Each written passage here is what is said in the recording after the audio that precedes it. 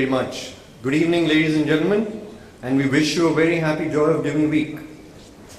My name is Sameer Bhakri, and on behalf of GiveIndia, I'd like to extend a very warm welcome to all of you.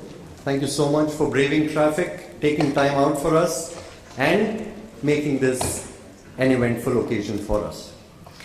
Before we start, one small request: if you could just look at our mobile phones and ensure that they are on silent mode, it will ensure that the speakers get an uninterrupted mode of expressing their views to you. Thank you.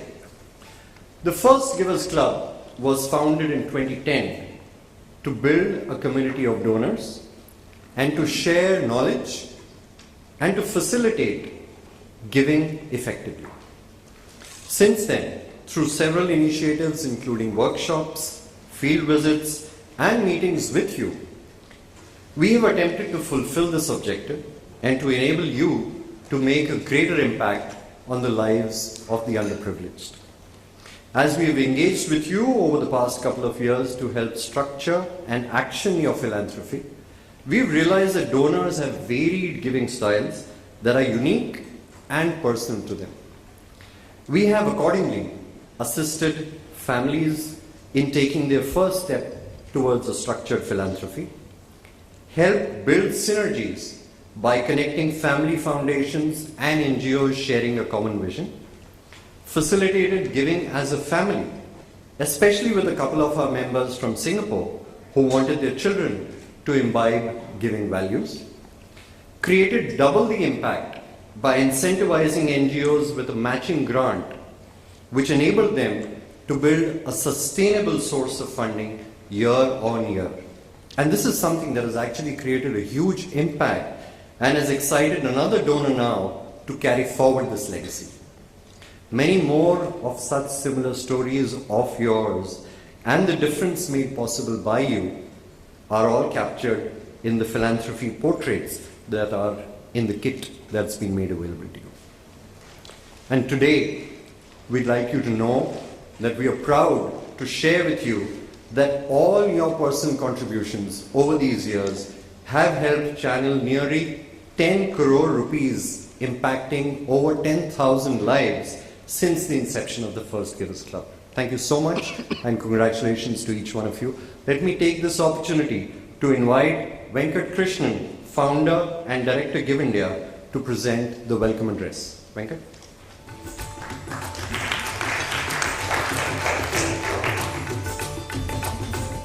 Thanks, Amir. I'm going to have to bend the mics down.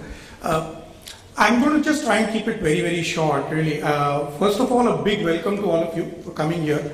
I think it's really fantastic to see the room completely filled up. Most people told us Friday, weekend, difficult to get people to come out for an event like this. People are more in a partying kind of a mood. We said, let's take a shot, let's give it a try, let's see if we're able to get people to come. And it's not bad, really, to see the number of people who come. So a big thanks to all of you all.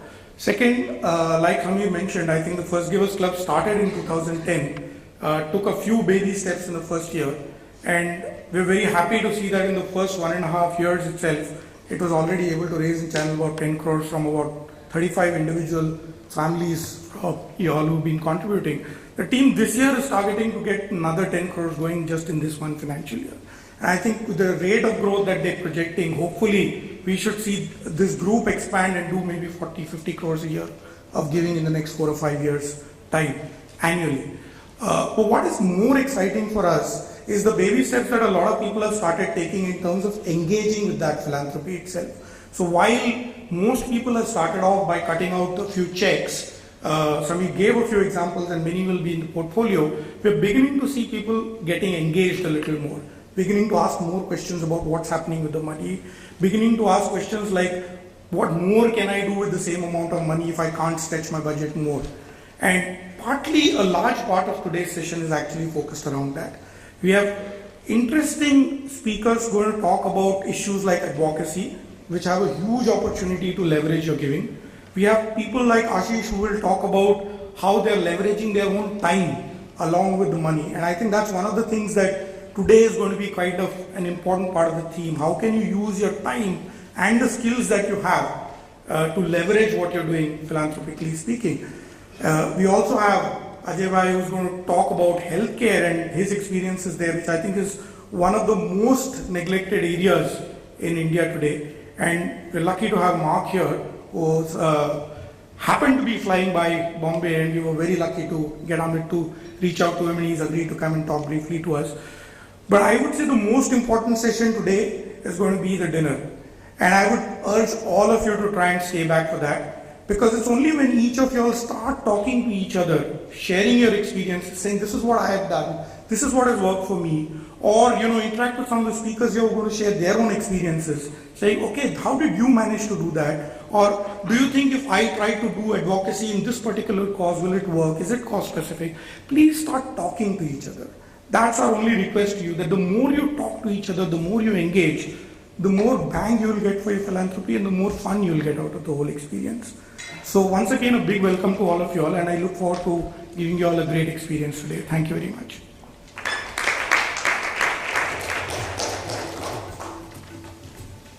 Thanks, Venkat. Life, as they say, is full of surprises, and we have one springing up on you. We're going to keep our keynote speaker at bay and invite, as Venkat mentioned, someone who was flying over the Indian skies to come and chat with us.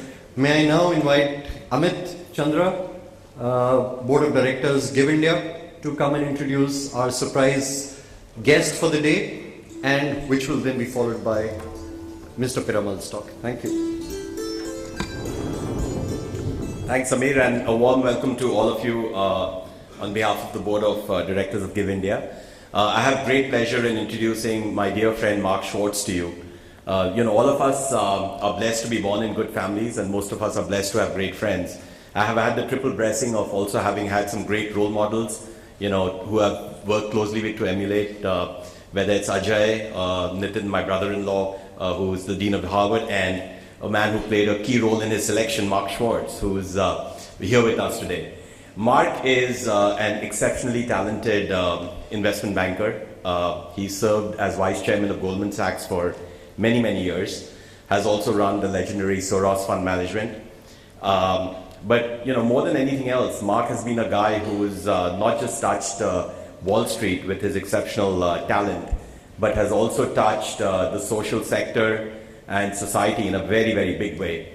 If you just read Mark's list of directorships, it's incredible. For a man to be on the board of Harvard Business School, the Kennedy School, Harvard College, MIT, Mass General Hospital, the Children's Hospital in New York, the list just is endless.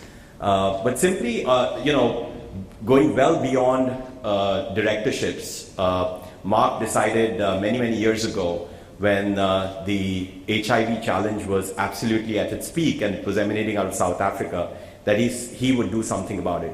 I think there are probably just a few people, and you can probably count them on the hand, who have truly made a remarkable difference to addressing the issue of HIV/AIDS in South Africa, and I think Mark is at top of that list. He single-handedly has channelized more than 1,000 crores, more than $250 million into South Africa to help build the infrastructure for alleviating HIV/AIDS as well as associated illnesses like tuberculosis. It's not just been a personal journey for him, but a family journey. His entire family is deeply involved in making sure that they're on the ground and helping make a big difference, including his 80-year-old mother, who often drives around to centers and read stories to kids who are inflicted with HIV. That's if you just step back and think of what someone can accomplish in a lifetime, I think Mark's accomplishments are incredibly tall. We're very fortunate to have him with us, and let me invite Mark to share his journey with us, and then move to Ajay to give us the keynote address. Thanks.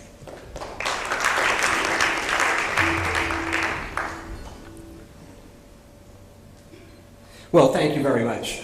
This is an unexpected pleasure for me to be here. I hadn't really thought about being here until last night when I was sitting with Amit and with Sanjoy Chatterjee, and both of them were asking me if I could spend a few minutes this evening at the First Givers Club. Before I begin, I just want to acknowledge the First Givers Club for hosting this event. I'm just learning what amazing work you've been doing. I've been hearing stories about this over the last few years from Amit, but I'm impressed that so many people who are so busy in their lives would come out on a Friday night to focus so much time, effort, attention, and resources on philanthropic efforts. Incredibly inspiring and encouraging. And to Ajay, I very much apologize to you for disrupting the schedule. I'm embarrassed, honestly, to be standing here disrupting like this. I'm going to apologize further and say when I'm done speaking, I'm going to leave because I am scheduled to be at another event as the keynote speaker, and I'm obligated to do that. Although I will whisper to you, I regret that I have to leave. I'd love to spend this evening with you. So with that said, I'm just going to quickly recount some of my history in philanthropy and some of the ideas I have. This is absolutely my greatest passion. I've grown up always thinking to myself that each of us needs to make a contribution in our lives. We can make contributions in any number of ways by committing just a few rupees or a few hours of time. It doesn't have to be significant money. It doesn't even have to be significant time. But if everyone made a contribution, if everyone made this a priority in their lives, we begin solving many of the very, very challenging issues that are facing us all around the world. I 11 or 12 years ago, met some doctors and scientists, one of whom was going to turn out to be one of the 2 or 3 greatest HIV scientists working in research, a fellow named Bruce Walker at Harvard Medical School and Mass General in Boston. I quickly became interested in the HIV crisis, the HIV epidemic, listening to a presentation that Bruce and some of his colleagues were making in New York City back in 2001. I'd never thought about infectious disease before. I'd never really thought about global health care. But during the course of that presentation, it became clear to me that 3 or 4 million people each year were dying of the HIV virus, that if it went unchecked, as many as 200 or 300 million people would die during our lifetimes. It would be the greatest healthcare crisis of our generation. And I decided to learn right then and there a lot about healthcare and to get involved. I didn't want to end my life 40 or 50 years from now having lived during a crisis and an epidemic as great as the HIV crisis, and I wanted to do something about it. I decided I needed to learn as much as I could about healthcare. I got involved with 3 hospitals in the US. I joined the boards of Mass General in Boston, joined the board of New York Presbyterian in New York. Those are 2 of the most important academic medical centers in the US. I also began running our local hospital in the community where I live, north of New York City, a hospital named Northern Westchester Hospital, one of the best community hospitals. But most importantly, I began focusing my attention at Harvard Medical School and at MGH, at Mass General, on global health care. In 2001, I went to visit in South Africa with Bruce and a number of other scientists, the most heavily infected area of the world, a place called KwaZulu-Natal, one of the 10 provinces of South Africa, a place where 40 to 50% of the adult population is infected with HIV. A place just ravaged by the co-infection of HIV and TB. A place in 2001 where everyone was dying. And I spent 2 or 3 weeks at that point just traveling around KwaZulu-Natal with a team of 6 or 7 doctors and scientists. And it's too trite for words, but it was a 3-week trip that was going to change my life. Over the next 11 or 12 years, I then began visiting South Africa and Southern Africa repeatedly. In the last decade, I've probably been to Africa about 50 or 60 times. I wasn't living in South Africa, but I was virtually living there. Our focus, and I say our focus, my family's focus, as well as Harvard Medical School, MIT, and MGH, those were my partners.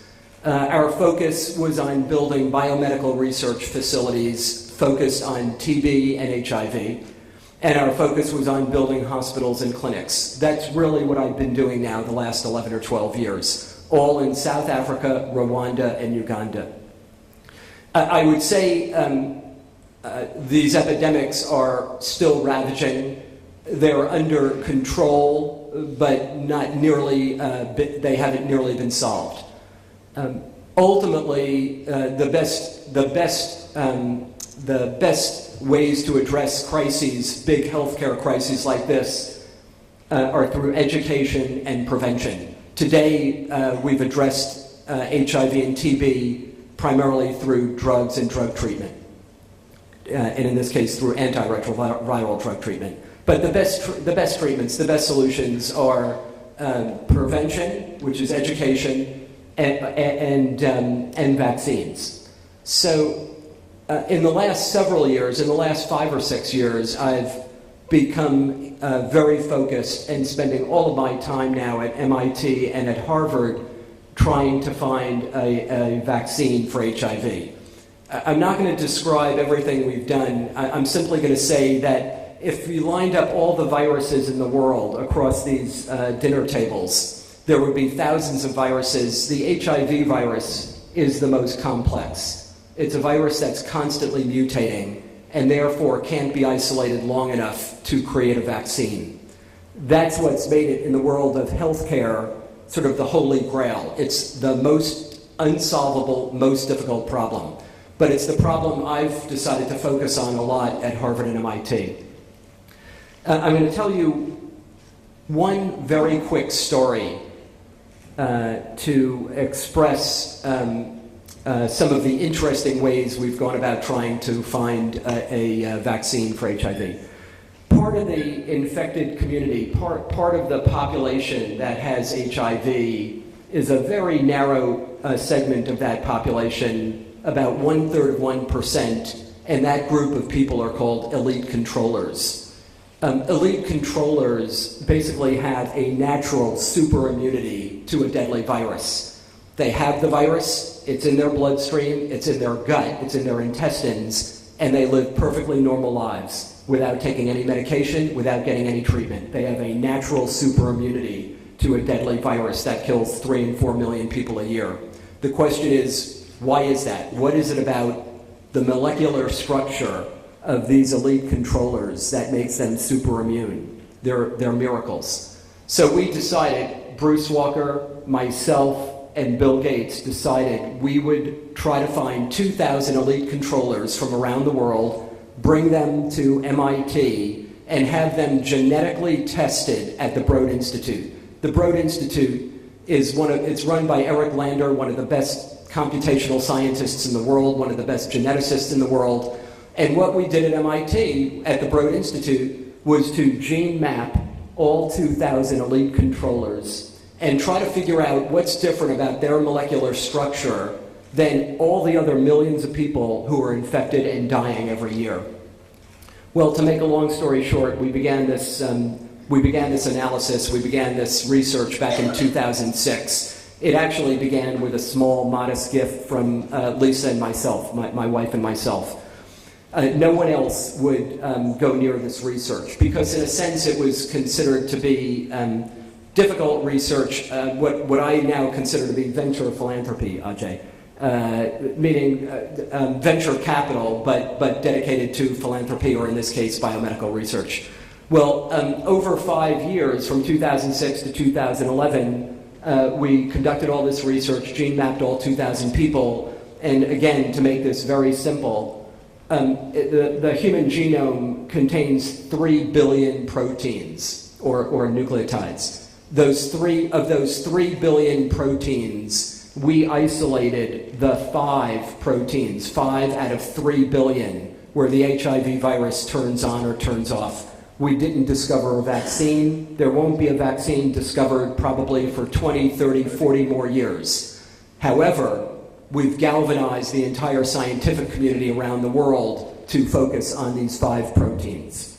That's where everyone now, given the state of genomics, genetics testing, gene mapping, it's where every important HIV scientist is now focused. So it was a building block, an anchor in additional research that will still take more decades, but an important building block. And we came away from that, Lisa and myself, feeling like we've made an enormous contribution. So with that, that's sort of our story. I'm going to wrap up by saying I've had an amazing career. We have had an amazing life as a family. I've loved all of my years at Goldman Sachs. I wouldn't trade that for anything. I've met in my investment banking career so many very exceptional people who have had a big impact on our lives.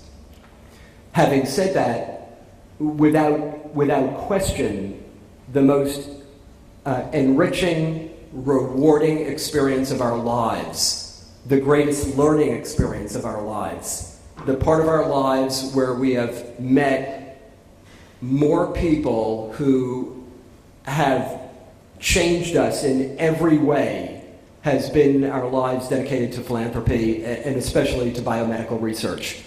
Our best friends, our mentors, people we aspire to be, are all the people we've met in these last 11 or 12 years. People on the ground in South Africa, in Uganda, in Rwanda, people at Harvard Medical School, at MIT, amazing people.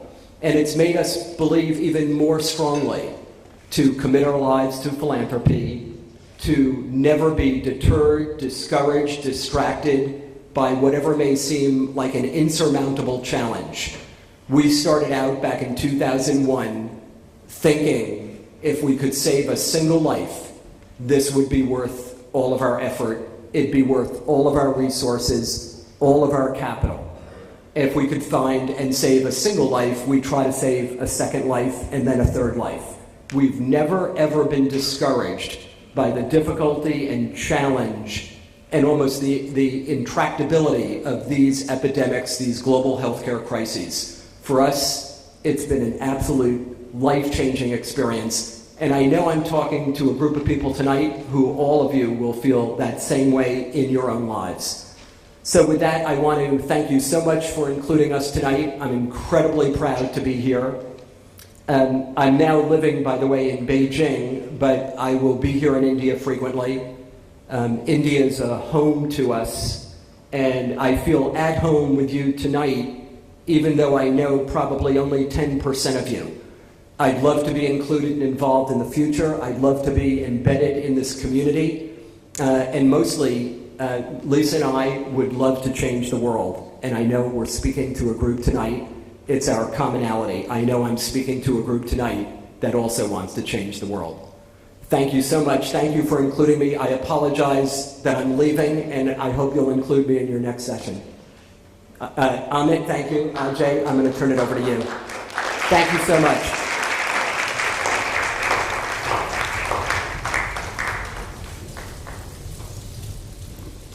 Thank you so much, Mr. Schwartz. That was truly an amazing journey. Thank you so much for sharing it with us. I think over the past several months and years, as we have interacted with several of you, a common thought or question that emerged as we spoke to members was, while we as individuals are trying to bring about change or make an impact on a few, could anything be done collectively as a group with the club members to significantly enhance the collective impact? To address exactly this question, we have structured our agenda today to focus on three elements. 1, should we? 2, can we? And 3, how can we make a difference both as an individual as well as together as a group? We would like the discussion that follows to be as interactive and participative as possible, so please use the notepads that are there to write down your questions, which we will take up during the interactive sessions which follow.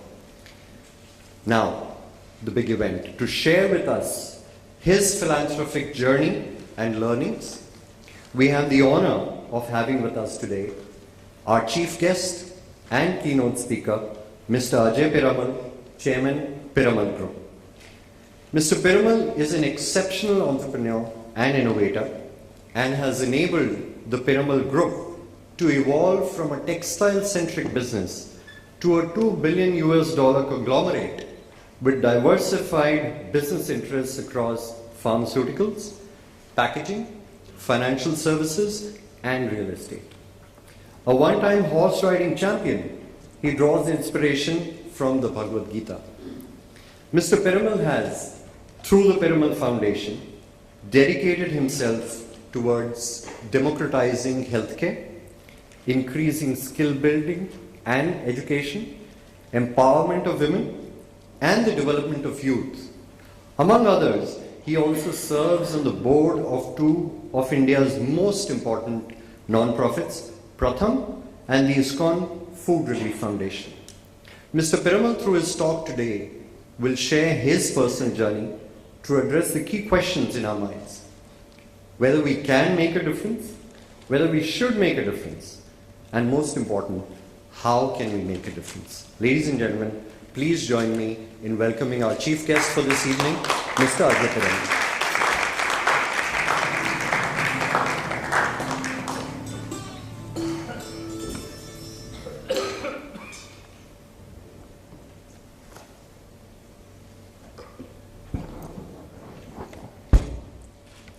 Thank you very much.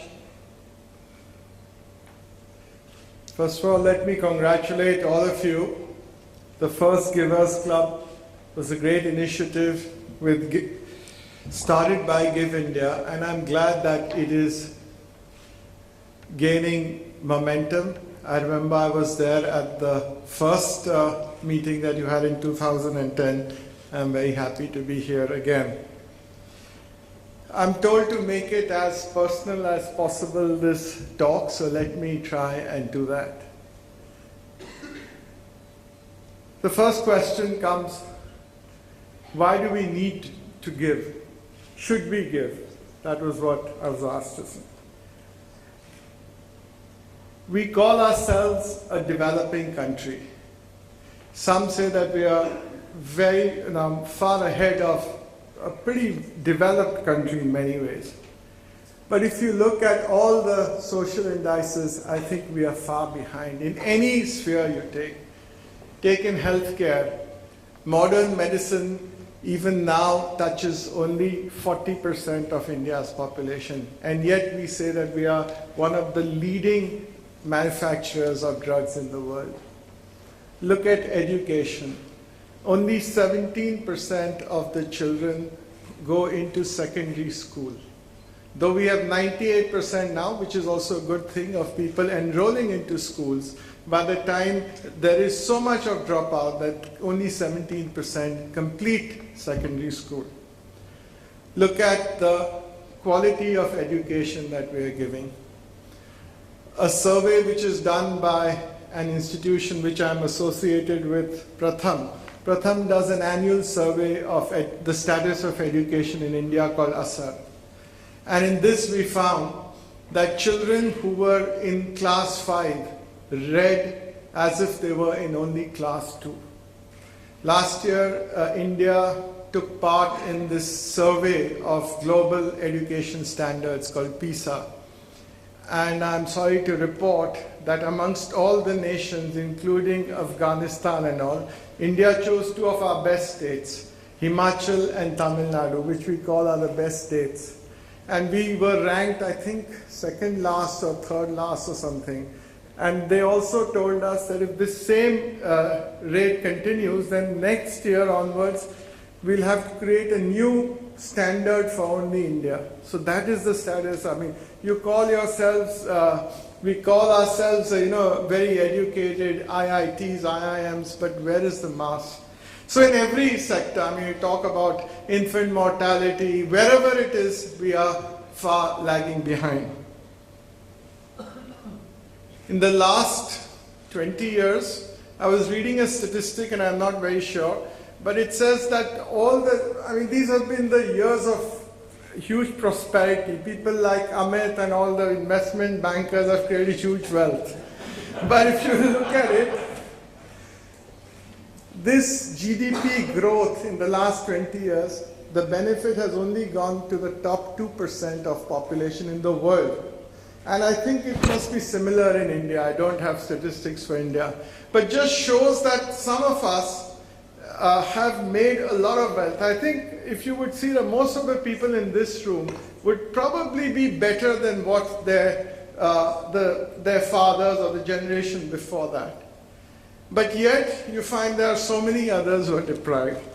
And therefore, one has to think of this. And frankly, there will be major social problems if we don't address this issue. Giving is one thing which has been emphasized in every religion. There is one thing which is common across any religion, it is giving. Whether it is the Gita, which says, when you engage in selfless service, all your desires are fulfilled by the gods. But anyone who enjoys the things given by them, by the gods, without offering selfless acts in return is a thief. So if not just enjoying the benefits without giving anything in return is like being a thief. Or if you remember, if you see what Christianity says, in the Sermon on the Mount, it says, "Blessed are the merciful, for they shall obtain mercy." You look at, I was just reading the New Time magazine which talked about Mitt Romney's faith and Mormons. They prescribe 10% of their wealth should be given to charity. You look at Islam, you look at any religion, whatever it is, charity is really important. If every religion has been saying this for so many years, there must be some truth in it. Finally, I think why I believe in giving is a very purely selfish reason for giving. Think about it. Why is it that we are so privileged compared to others? Why is it that I was born to my parents and I was born in a place like Mumbai? Why was it that I was given the education and all the privileges that I enjoyed? And why is it that all of us have got that same privilege? And why is it that the person who is who's born in Vidarbha or in some remote district in Rajasthan, why were they dealt that set of cards? And many of us keep saying, and especially I read often, that it is it is all your own effort which makes you successful, and the people who are underprivileged, who are poor, is because they have not worked. I don't think that's true. Why are we where we are? We have to think about it. According to me, it's only because this is a result of what we must have done earlier. There is some good which we have done in our previous lives. That is why we are more privileged today. That is why we have access to more education, greater wealth, all the more benefits. And therefore, if one has to secure one's future, one has to start doing some good now so that in your next lives as well, and it's very serious. If you have a God who is merciful, if you believe in that, you cannot have so much differences just at random. There must be some reason for it, and I think this is an important reason.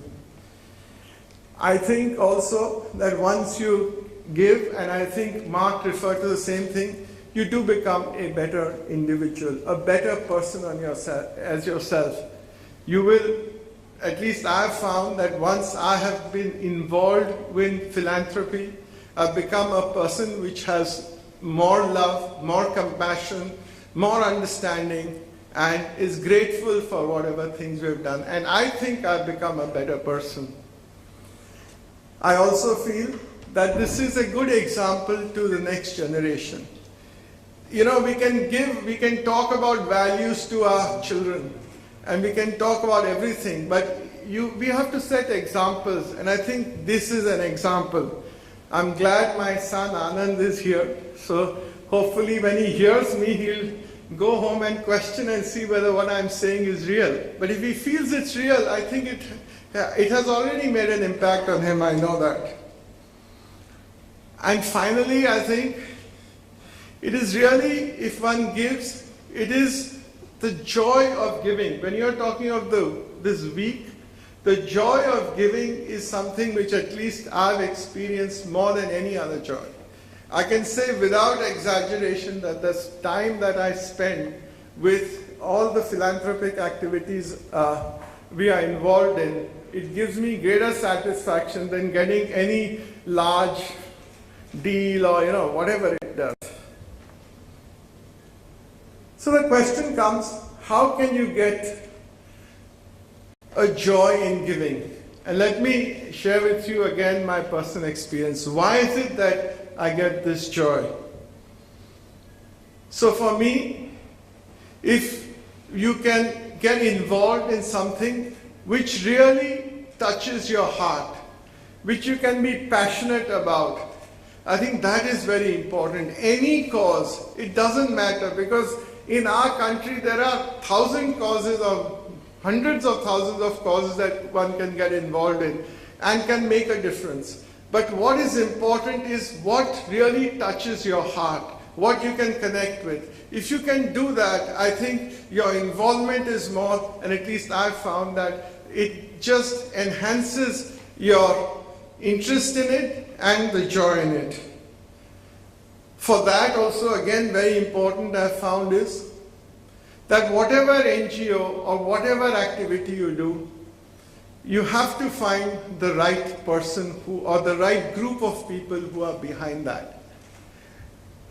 Who are these people? To me, the definition of such a person is a person of integrity. Integrity is not only financial integrity, which is important, but also personal integrity. Because let me tell you that in this area of philanthropy, in the area of NGOs, there are going to be many people who will keep attacking it, because there are either vested interests or people who don't understand it. And that is when you have to have confidence that the person who's running that NGO is a person whom you can trust. I mean, I have so many NGOs I've been connected with, and nowadays the social media is so active. You will find somebody or the other raising some issue which you start questioning, is this the right NGO? That is why you need a person of integrity. I'll tell you, we spoke about the midday meal. I mean, it's a great organization.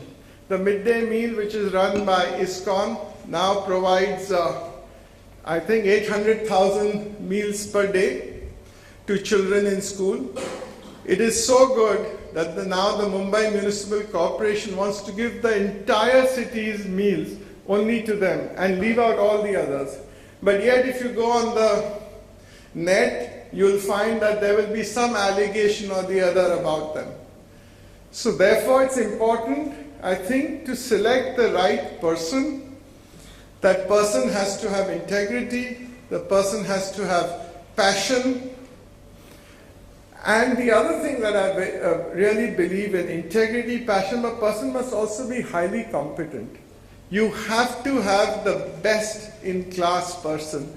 But a difference from what many others say is that person should be a person who's willing to do personal sacrifice and not, I don't believe that people like this should be getting market rates of salaries. So the people, whoever I'm involved with, whichever NGO, then they are fine people. Venkat is an example.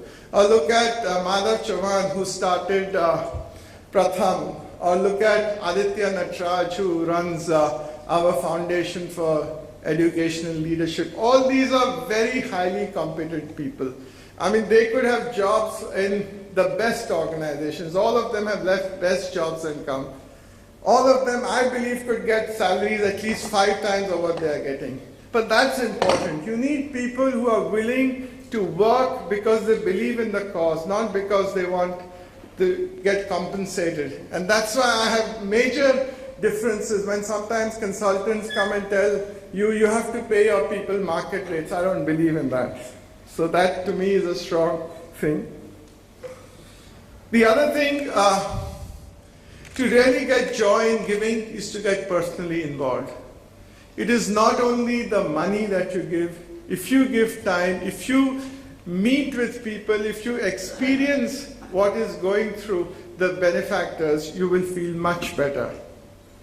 I think, at least very often when you read what's happening in this country, when you hear examples, when you hear stories, there's a lot of gloom and despair. That's the time when you should go and meet some of the people who are doing great work. I think this gloom and despair gets into hope.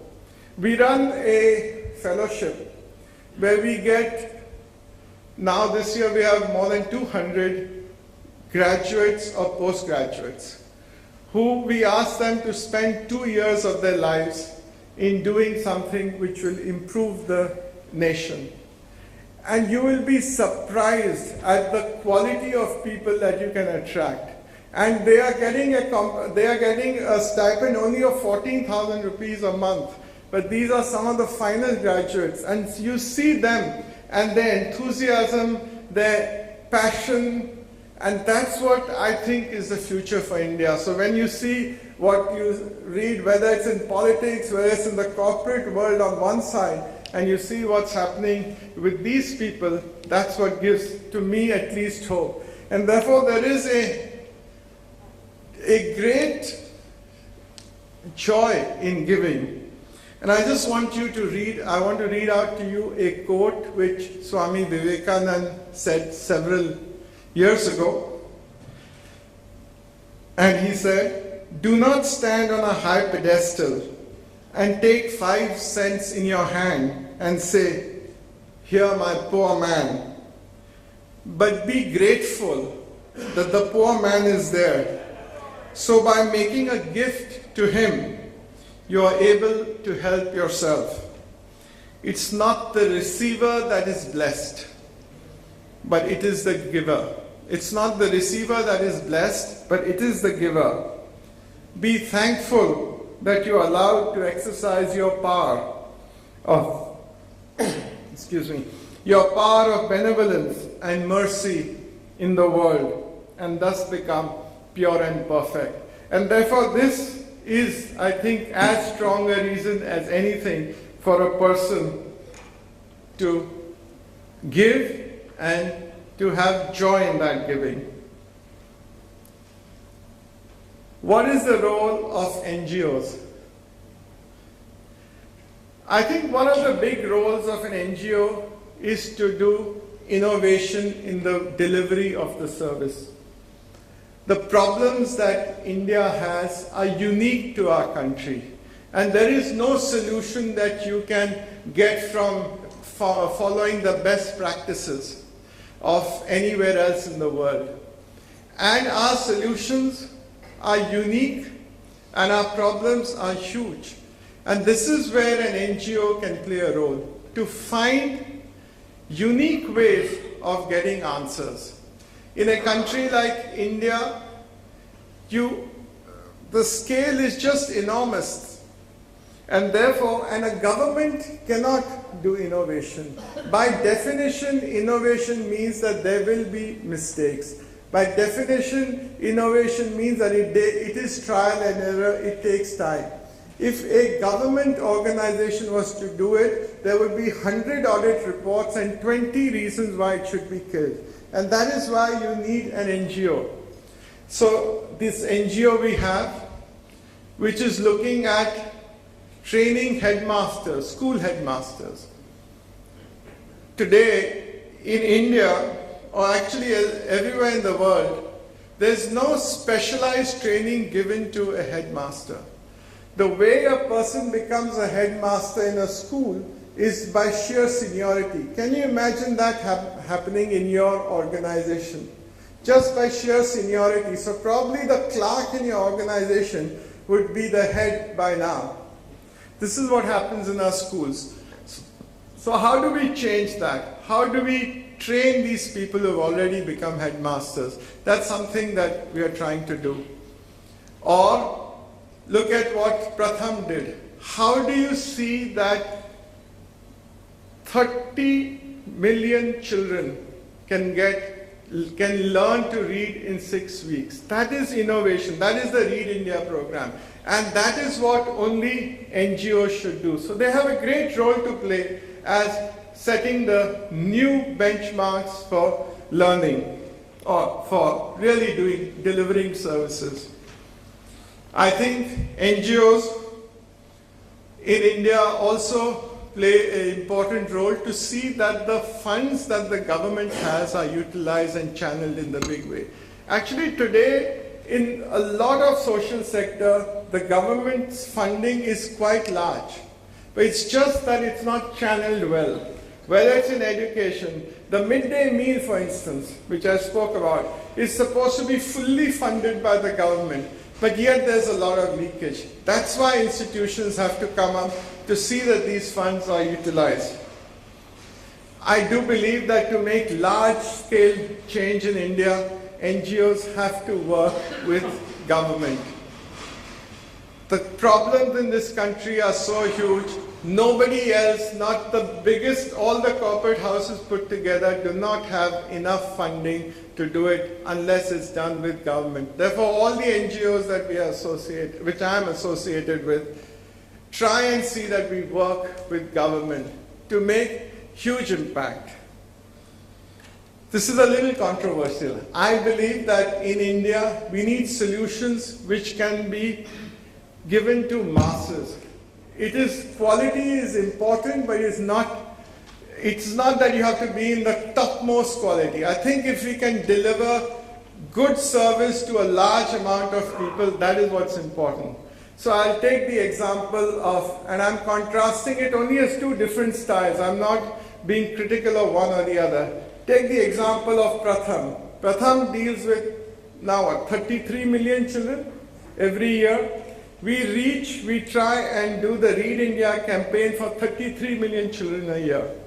Now, would you say that quality is the same as Akanksha? I don't know. I don't think so. But I know, Amit, you're involved, but Akanksha deals with 3,000 children. So in a country where the huge population, I think we need solutions which address all these, a mass number of people.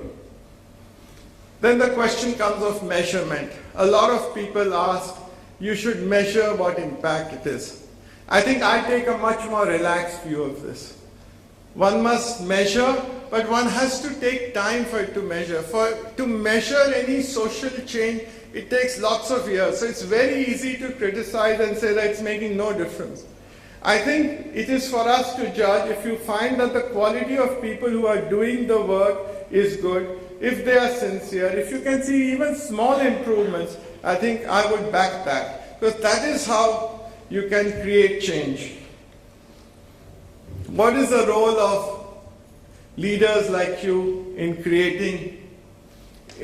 looking at philanthropy is a question which I thought I should answer. I think all of us can play a role in helping create a big vision for the organization that you're associated with.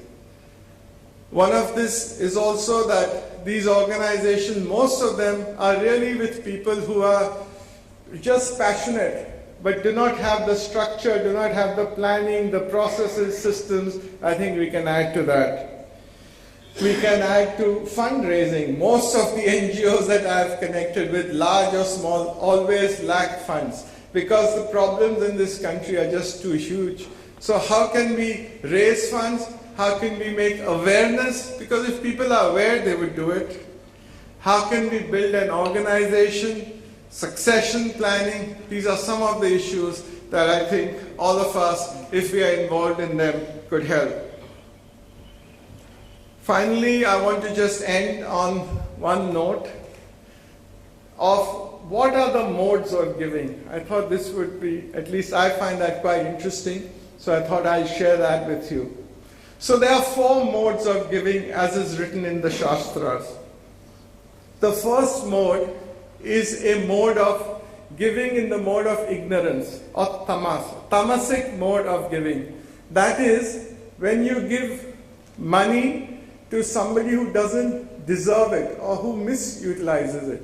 So for instance, if there is a beggar on the street and you give that person money and he uses it for drugs, then that is actually that gives no credit to you, but you're doing a disservice, or that is in the mode of ignorance. The second mode of giving is in the mode of passion, or in rajas. The rajasic mode is when I give because I want my name to come there, and that's the only reason. I want so-and-so's school or hospital or temple or whatever it is. The third mode is the mode of goodness, or sattvic. When you give because you like the cause. It's not you're giving because you appreciate the cause, you want to support the cause. It's not your name that's important, it is the cause that's important. And finally, there is this mode, which is the mode of the divine mode. When you really think of yourself as a mere trustee, the wealth has been given to you by the Lord, and you are there as a trustee to give it to the true owners of that wealth. And with that, I will read out to you a quotation from the Upanishad which says, "Everyone is only a trustee or custodian for the wealth lying with oneself from God. He cannot enjoy all of it." Thank you very much.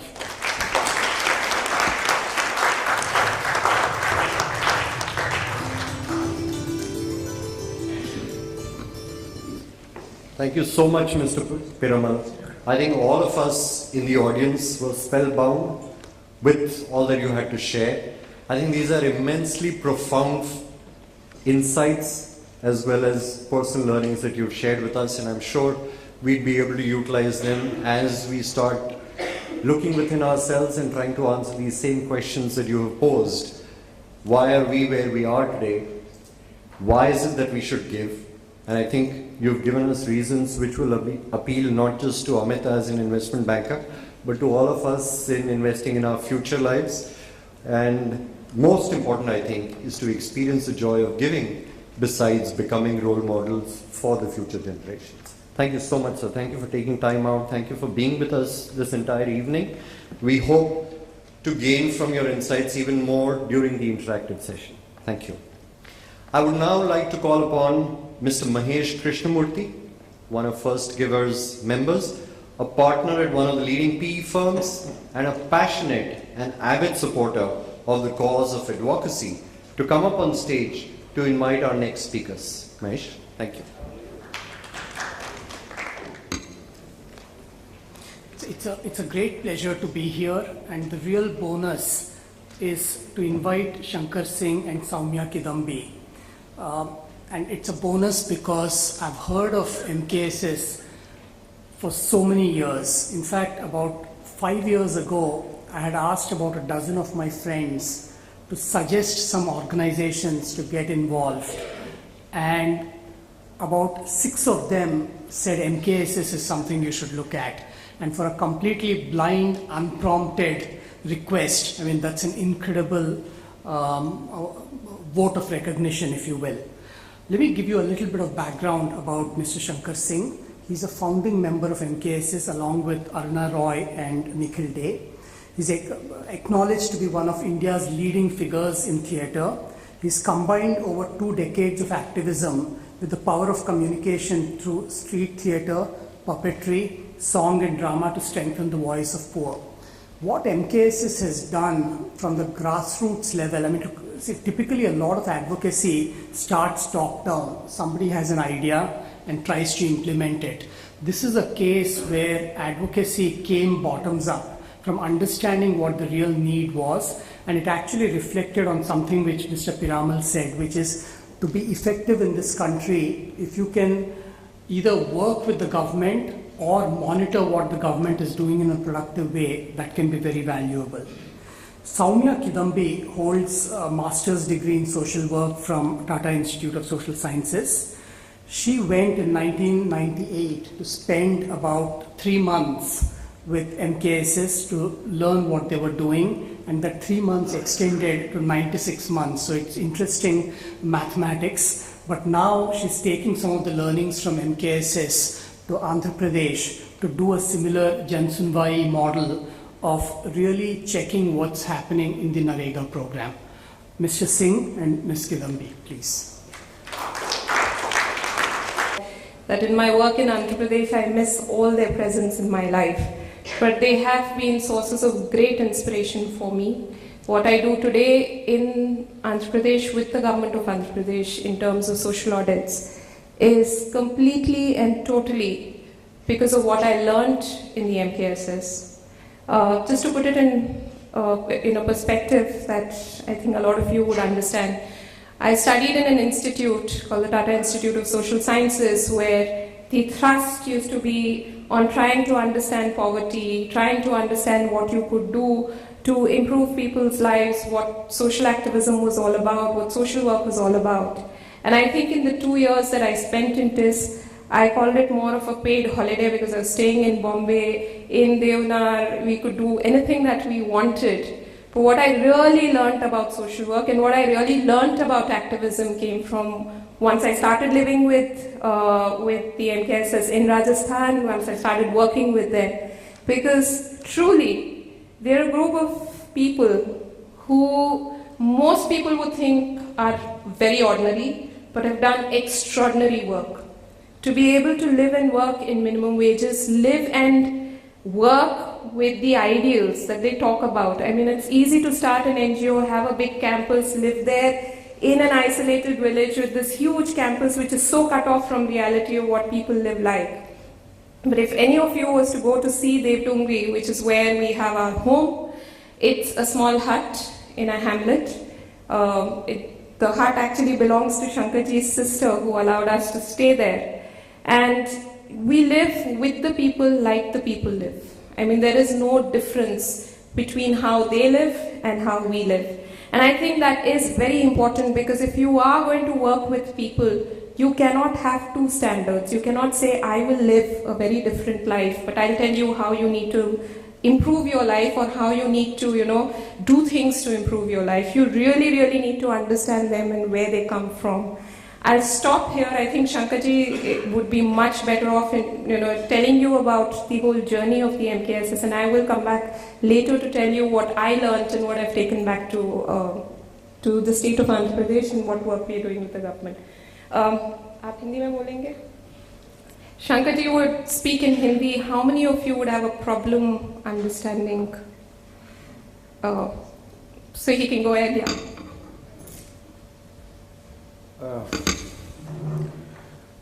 मैं वास्तव में अंग्रेजी में पढ़ाई तो की है लेकिन बोल नहीं सकता, क्योंकि जिस पढ़ाई के ढांचे में मेरे जैसे लाखों करोड़ों बच्चे पढ़े हैं, मैं ग्रामीण क्षेत्र से हूँ, मैंने बीए किया है, लेकिन कभी भी समझाया नहीं मास्टर ने, हमेशा रटाया, चाहे वो अंग्रेजी हो, चाहे गणित हो, चाहे हिस्ट्री हो, चाहे ज्योग्राफी हो, रटा।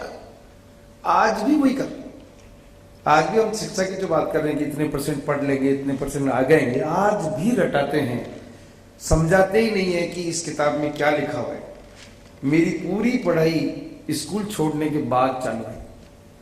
जब स्कूल छोड़ी तब एक समझने की बात वहां से चालू हुई, और वो आप जैसे, मुझे बहुत अच्छा ये लग रहा है यहाँ कि आप जैसे लोग चिंता कर रहे हो कि इस देश में समस्या है, गरीबी है, भूख है, और है सच्चाई है, और आपकी चिंता वाजिब है, क्योंकि आप अगर चिंता करते हैं तो ये बहुत अच्छी बात है। मैं तो उसी वर्ग से हूं, लेकिन आपके वर्ग से दो लोग हमें मिल गए। एक तो निखिल डे मिला, जिसने अमेरिका में अपना पढ़ाई किया, उसके पिताजी एयरफोर्स में एयर वाइस मार्शल, वो वायुसेना उपाध्यक्ष से रिटायर हुए, बेंगलोर में रहता था।